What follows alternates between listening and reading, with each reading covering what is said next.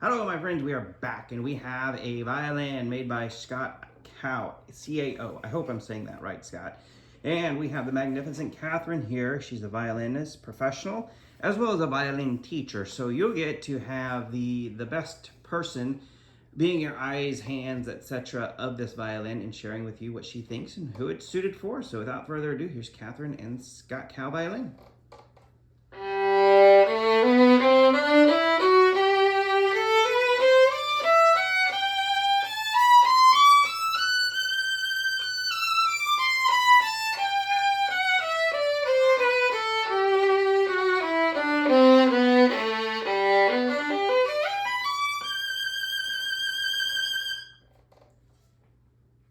You just heard that E string.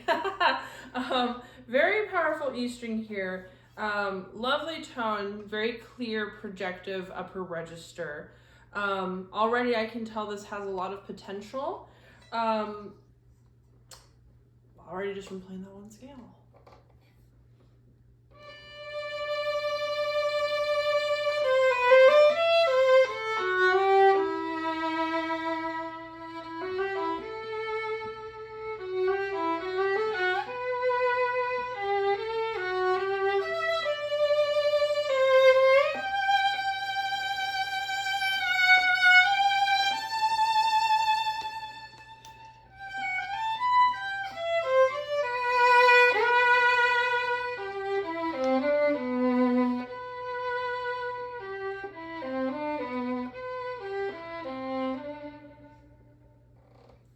Lovely dynamics here. I love having the ability to change from one dynamic to another, and we musicians call that kind of a color change. We go from like big and bold, and we're able to kind of fade and fog into something that's more smokier and softer and sweeter.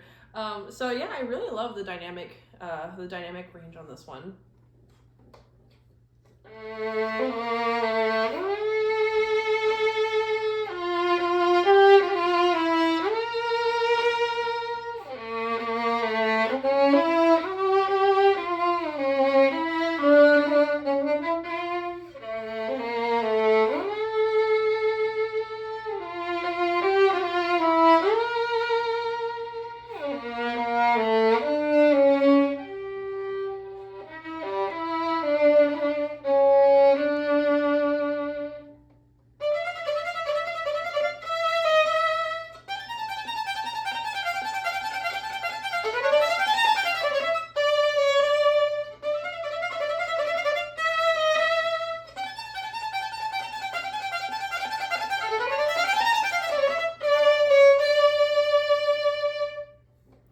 So, as you heard, the G string was quite clear. I think maybe with an adjustment of strings or a tiny adjustment, we can get a little bit more out of that upper register G string, which we call sol G. But other than that, I didn't hear any wolf tones, which is like, the bane of our existence on instruments. Every time I hit a wolf tone on my personal violin, I'm like, no, I hit it. And a wolf tone is like a Hello, friends. We have Catherine here. We have a Scott Cao violin. C-A-O is the last name. Very highly regarded name. Very sought after. Catherine here is a violinist, professional. She's also a music teacher as well. So she's your eyes and ears here, and she's going to give you a demo of this violin and share everything she can hear about it.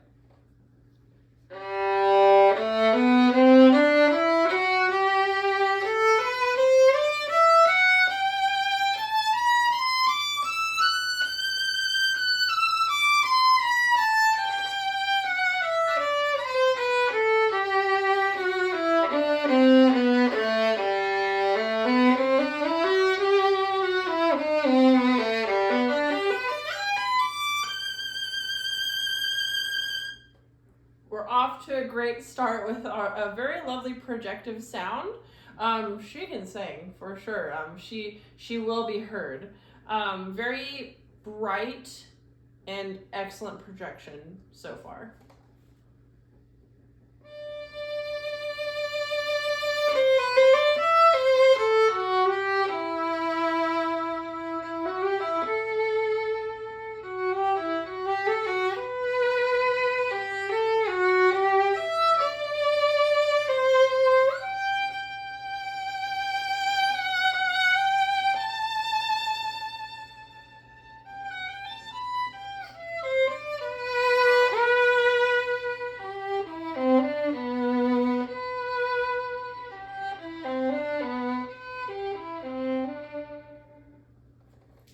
So I love how loud this instrument can get.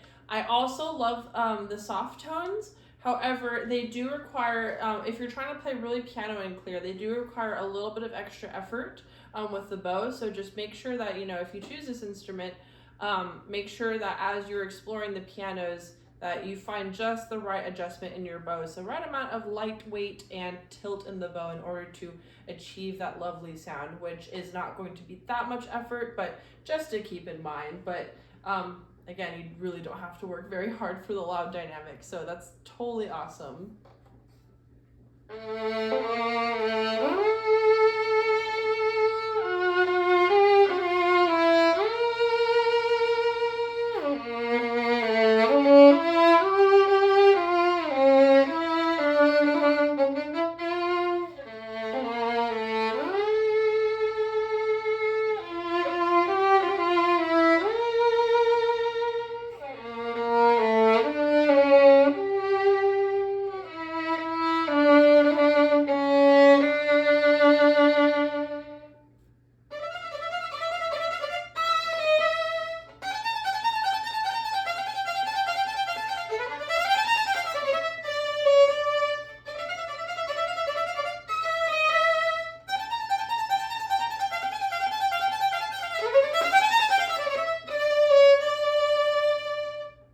So I kind of hopped around in chartist there. If you're familiar with the piece, you're probably wondering where's that one middle part. But I just hopped around, just you didn't have to sit here and listen to me all day. I played the first section that I played involved sol G, which means to play only on the G string, and that involves also going up into the higher positions. And to my great joy, there was no wolf tone. I didn't hear any wolf tone. And what a wolf tone is when you play a note, and there are two frequencies that happen, two sound waves, and they clash together really badly. It creates this awful fluttering noise. It's the bane of our existence. I did not hear that one playing sol G, and typically on violins you tend to get them in the upper register of the G string, and there was not one there. And on top of that, the sound was clear. It wasn't what I call cardboardy sounding. It very much sounded like a violin when I played up in this upper range. So that just speaks to the quality of the instrument and the capability of the instrument. And all those little fast bits that I played, I used it to test the articulation of the instrument, how well they can handle articulation, and I could hear each note. It was very clear, and of course with effort on the violinist, even those notes can be clear. It's been years since I've played this piece, but it has great capability for playing with very clear articulations, which means to enunciate every single note. So overall, I think this is a great instrument. Definitely, if you're an intermediate hoping to enter into the advanced realm, I think this would be an excellent instrument for that. Wonderful. I do want to touch in on this violin. So I believe those are helicore strings. They're a touch used, touch seasoned. I haven't placed anything new on them just because I could spend, say, $100 on some Il Canones or some Eva Perazzis or even some Dominants. But if it's not what you want, well, then, of course, it's $100 wasted. So the violin strings are very capable, as you can hear, but they'll be able to play for, a while as is, or if you want to upgrade and get some different colors, as Catherine also calls it, just some different feels.